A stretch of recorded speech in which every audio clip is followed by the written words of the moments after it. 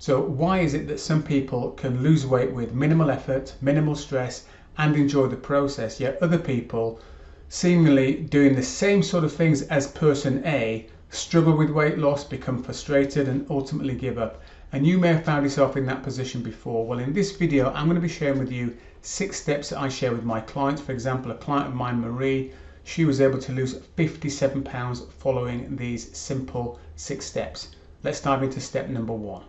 Step number 1 is changing your identity from being a weight loss person to a healthy person. What do I mean by changing your identity? Well, think of it this way.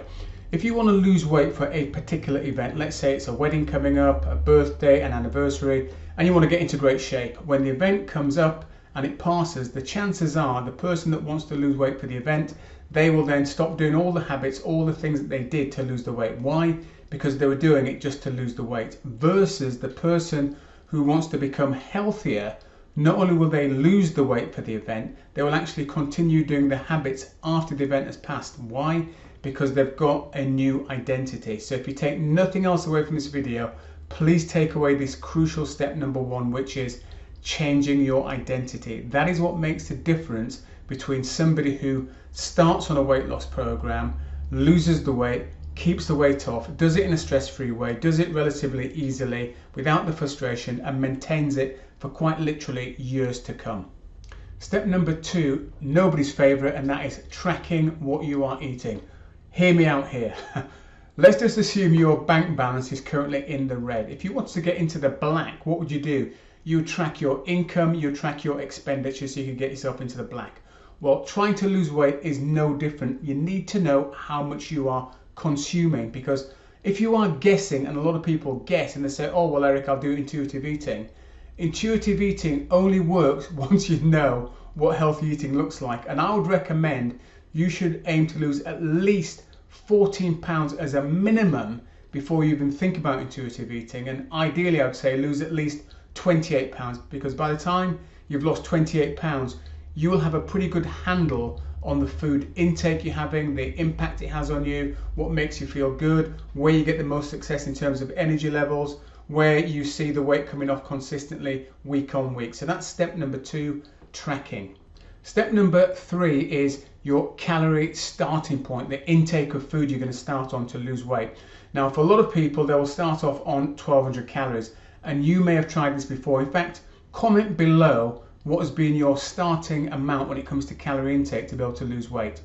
Here's why I don't recommend a starting point of 1200 calories. Because if you start on 1200 calories and you hit a plateau, which happens to most people, let's be honest, where do you go? Do you go down to 1000 calories, below 1000 calories? It just becomes unsustainable. So here's what I recommend my clients do as a guideline, and I'm going to give you the same recommendation as well.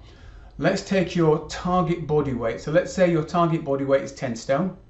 We're going to turn that into pounds, so that's 140 pounds. We're going to multiply that 140 pounds, your target body weight, by 12. That will give you 1,680 calories as your starting point for calorie intake. Now, you may be thinking, Eric, that's way too high. I'll never lose weight eating that much food. Well, look, here's the reality. You're probably eating more than that anyway, which is why you're either gaining weight or you're unable to lose any weight because your calorie intake is too high. So run with that as a starting formula based on your target body weight. Do it for at least 7 days, and if you see the weight coming down by around about 1.25 to 1.75 pounds over that 7-day period, you can happily stick with that calorie intake for at least 5 to 6 weeks before you may need to adjust it down again. So that's step number 3, calculating your calorie intake. The 4th step is your protein intake. Now, if you're making lots of notes as I'm going through this video and you don't want to make any more notes, just comment below guide and I'll send you a link so you can download all this information on a page and you can pin it up on your fridge in the kitchen just as a quick reference. So why is protein important? Well, first of all, protein is satiating. It's going to make you feel fuller for longer. So that's one reason to take on board protein. Second reason is it helps to maintain your lean body tissue, which means you're going to be able to keep your rate of burning calories up because it's linked to your metabolism. So that's going to be beneficial for you. And the third thing is the thermic effect of breaking protein down. So when you eat protein, your body has to work a little bit harder to break that down, so you burn a few additional calories there. So there's 3 good reasons for eating more protein. So the question is, how much protein? Well, we're going to use another formula. So again, we're going to use 10 stone as your target body weight. So we're going to turn 10 stone into 140 pounds. And we're going to simply say, for each pound of your target body weight, you're going to eat 1 gram of protein. So 140 pounds equals 140 grams of protein intake on a daily basis. Now, that might seem quite high, and the truth of the matter is you're probably going to struggle to get to that level. If you do get to that level, fantastic, but even if you got to 100 grams a day, it's probably going to be significantly more than you are currently eating right now. And that protein intake can be broken down over the course of 3 meals, for example, your breakfast, your lunch, and your evening meal.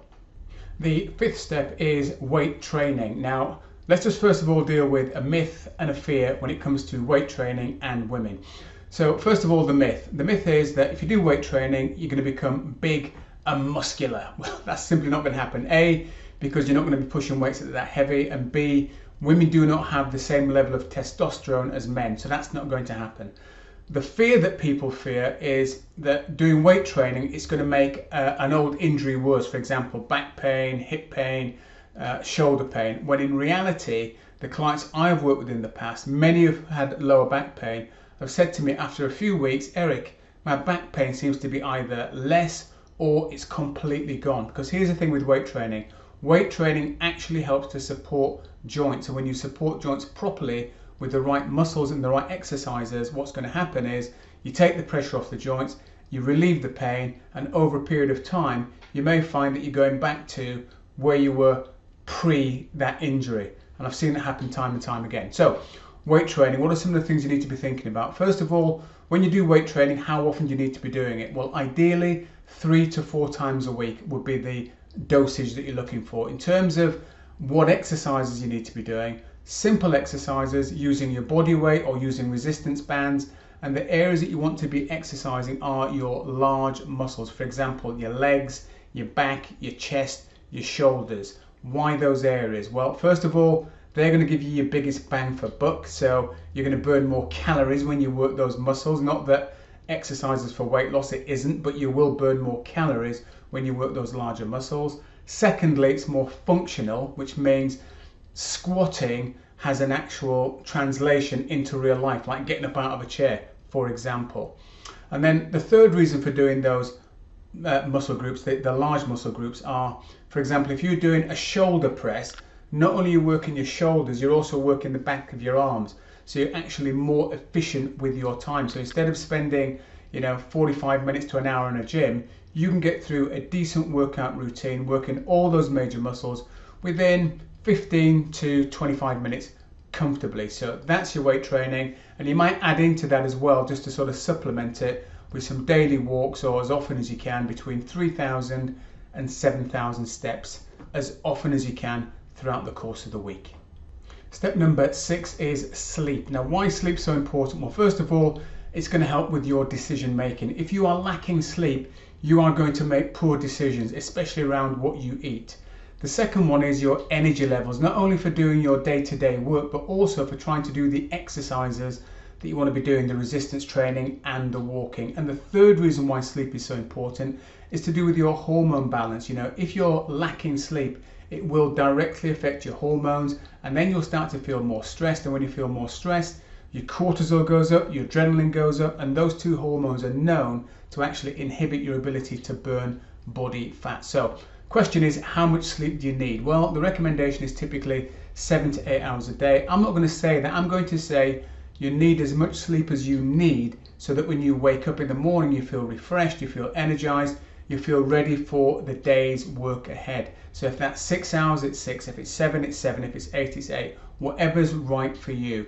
So don't forget, if you want to get this whole guide, so you can pin it up on your fridge, just comment below guide, and I'll send it to you with a little link so you can download it and say pin it on your fridge. In terms of what video to watch next, check out the one that YouTube has recommended on screen now.